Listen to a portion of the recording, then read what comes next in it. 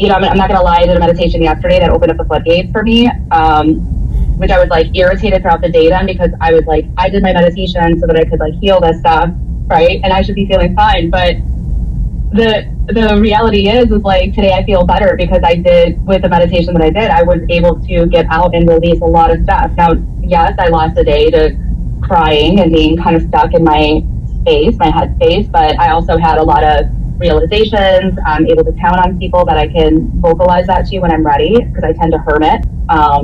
And it's meditation, while it can be scary, it's a practice that is definitely worth starting and not being hard on yourself for, because it definitely helps to bring yourself into you. And to touch on what you were saying earlier about, I don't know who I am. Like, where's your foundation at?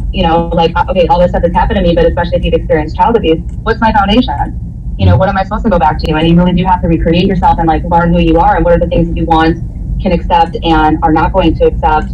And that's what I found meditation has really helped me with, is to be able to get to my core and to be at peace with myself, and knowing that I am being who my authentic self is, not just what society expects of me or what my abusers expected of me or what the courts expect of me or anything like that, but just to figure out who I really am, be at peace with that, and accept myself.